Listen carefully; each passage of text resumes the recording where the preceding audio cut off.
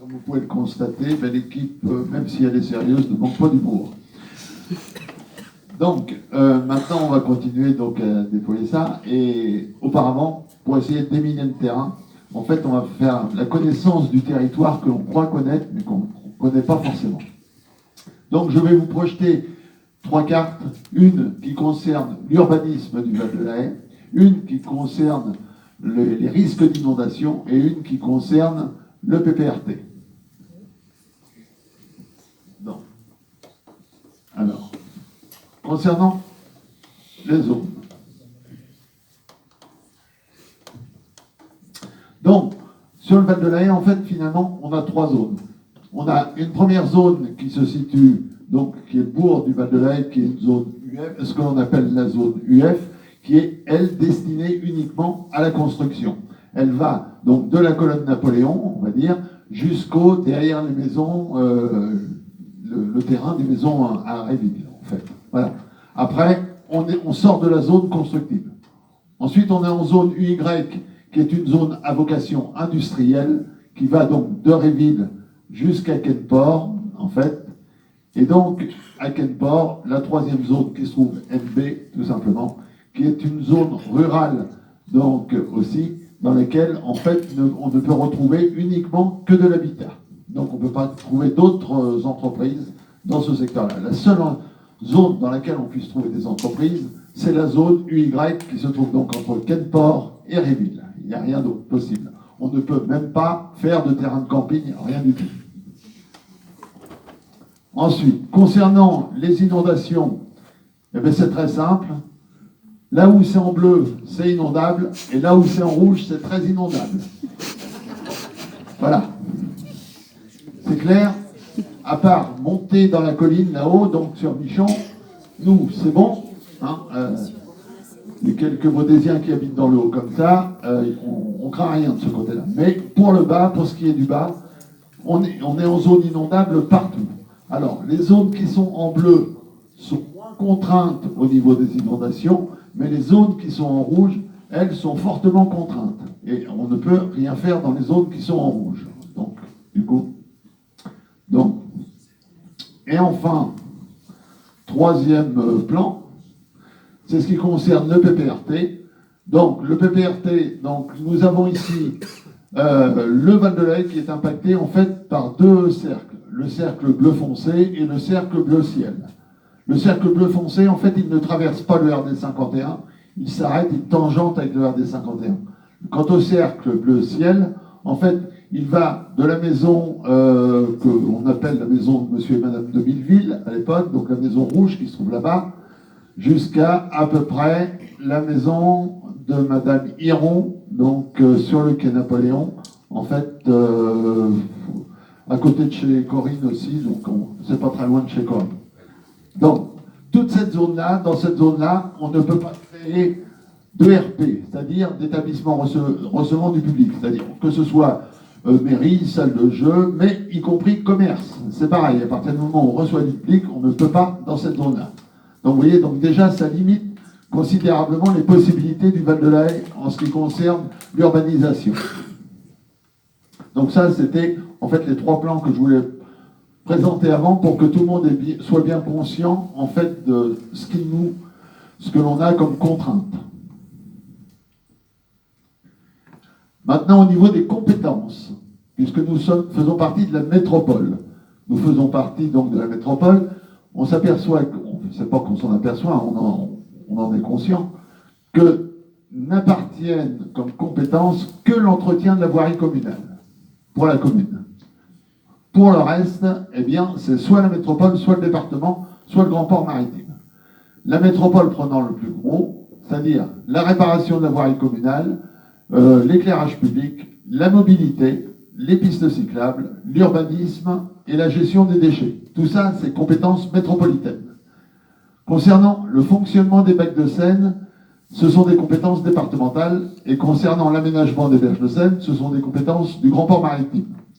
Alors, ça ne veut pas dire qu'on se lave les mains et qu'on se décharge de tout ça sur ces entités-là. Non, lorsqu'il y a un problème, nous faisons remonter vers ces entités-là, on agit pour subvenir, enfin pour améliorer les choses. Mais de par nous-mêmes, nous ne pouvons rien faire. On ne peut simplement qu'alerter et faire un appui, en fait, pour que ça puisse, pour avoir réponse à nos problèmes. Alors, notre programme 2020-2026.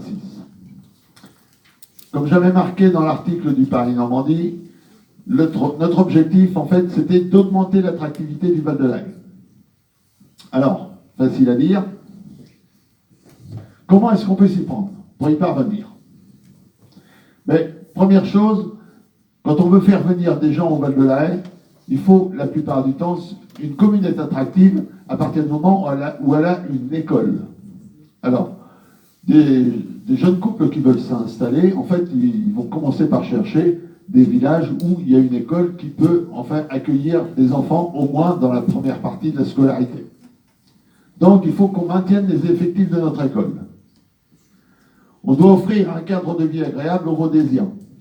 Et ça, le cadre de vie agréable, eh bien, c'est l'affaire de tous. Ce n'est pas uniquement l'affaire de la commune. En fait, c'est nous, par notre comportement, en fait, qui contribuons à améliorer, à avoir aussi un cadre de vie agréable. La commune prend ses responsabilités là-dedans, mais commençons par respecter déjà l'environnement dans lequel nous sommes, et puis, eh bien, ça ira bien comme ça. Ensuite, proposer des services aux habitants.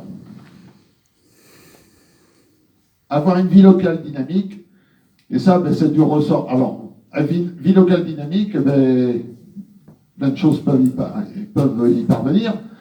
Ça peut être les associations, ça peut aussi être les commerces, ça peut être aussi d'autres choses. Proposer des loisirs aux enfants et adolescents. Là encore, ça peut être par le biais d'associations ou par le biais d'infrastructures à mettre en place. Et enfin, mener une politique fiscale raisonnée. Donc ça, c'est uniquement du rôle de la commune.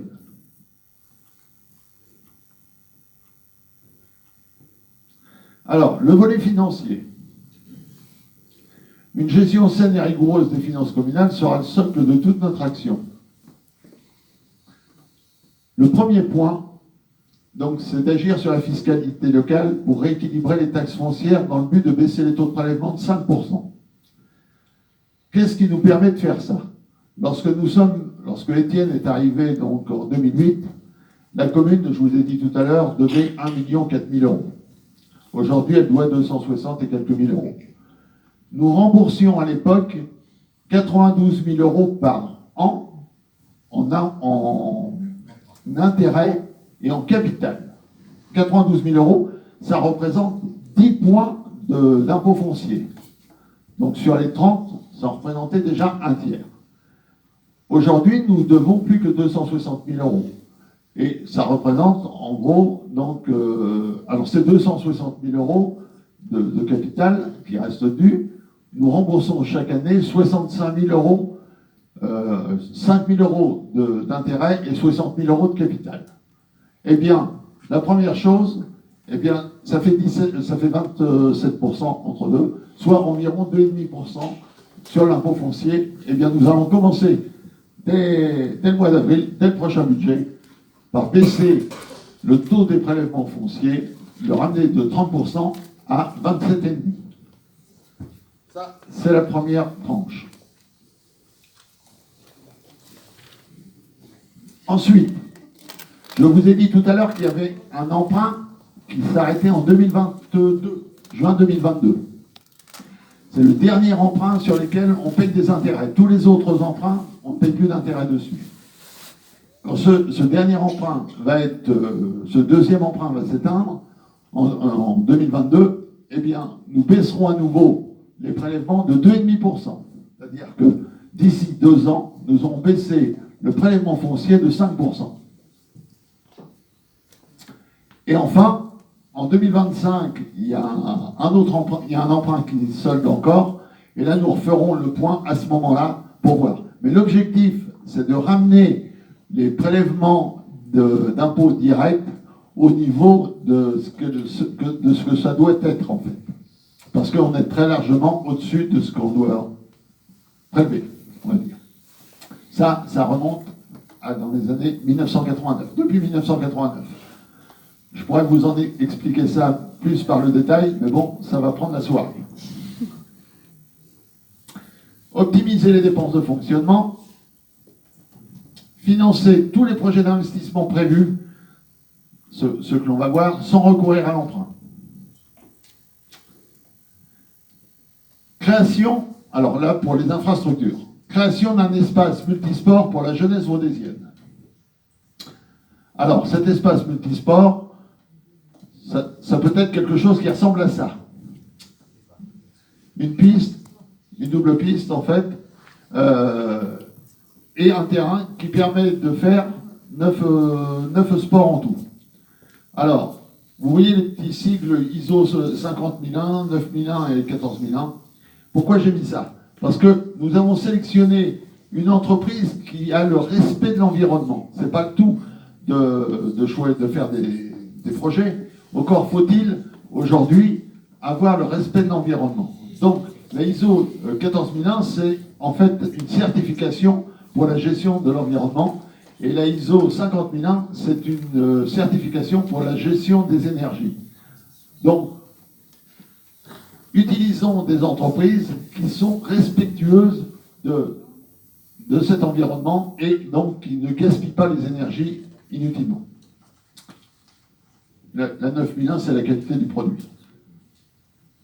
Donc, coût de cet espace, 74 916 €. Très précis. Nous pouvons être subventionnés par l'État, donc pour ce type de produit, pour ce type de projet, entre 20 et 30%. Ça ne veut pas dire que ce seront les seules subventions que l'on risque d'avoir, puisque la métropole y mettra certainement quelque chose, mais là, pour ça, il faut attendre que les élections soient passées. Donc pour l'instant, je n'ai mis que ce dont je suis sûr et certain. Donc coût de la réalisation, 74 000 avant subvention, bien entendu. Création d'un garage pour les services techniques. Alors ça, c'est pas le serpent de mer, mais bon, presque. On avait fait pour projet un local technique pour les services, en fait, pour mettre en place, pour ranger notre matériel, pour accueillir, avoir un lieu de vie, tout ça. Ça a été recalé par les services de l'État. Donc nous avons le lieu de vie, en fait, on l'a déplacé dans le bâtiment Bouclon. Donc ça, c'est une chose. Maintenant, il ne reste plus que le garage pour stocker le matériel. Et ça, donc, on pourra le faire, bien entendu, dans zone inondable, puisque vous avez vu que tout était inondable, mais dans la zone qui est la moins contrainte possible, en fait. Donc ce sera un garage, simplement, mais sans espace de vie. Et on pourra mettre à l'abri notre matériel. L'estimation du coût, donc, alors là, c'est une estimation, parce que pour avoir le prix, il faudrait déjà avoir fait travailler un architecte, et puis là, c'est pas le cas. Mais bon, en fonction du prix au mètre carré et de la superficie que l'on veut obtenir, donc on estime ce projet à 130 000 €. Création d'un préau pour les enfants de la classe maternelle. Madame la directrice de l'école a sollicité que l'on agrandisse le préau de l'école actuellement, du groupe scolaire. Il nous a pas semblé ça ne nous a pas semblé une bonne idée d'agrandir ce qui existait déjà. Nous avons plutôt préféré proposer un nouveau préau et qui plus est, qui abrite du soleil également, c'est-à-dire orienté à l'opposé du préau actuel. Donc, parce que le soleil arrive de ce côté-là, donc le préau qui existe tout de suite, lorsqu'on se met dedans l'après-midi, dessous l'après-midi, on n'est pas abrité du soleil pour autant parce que ça pénètre dessus. Donc c'est un préau qui permettra d'abriter les petits, de mettre que les petits enfants de maternelle puissent se mettre à l'ombre. Donc capacité d'accueil 30 élèves, coût prévisionnel 17 740 €.